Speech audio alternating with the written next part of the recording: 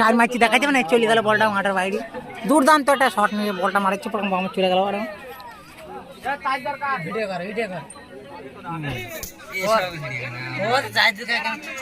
মাঠের বাইরে বলটা চলে গেল, উইকেট খুলে দৌড় মারলে এমন ভাবে উইকেটটা মেরেছে, উইকেটটা বাউন্ডারি বাইরে চলে গেছে অলরেডি। দুর্দান্ত ভাবে সামান্য মশার গতিতে হাতি মারা গেছে। ও কি একটা সেভ!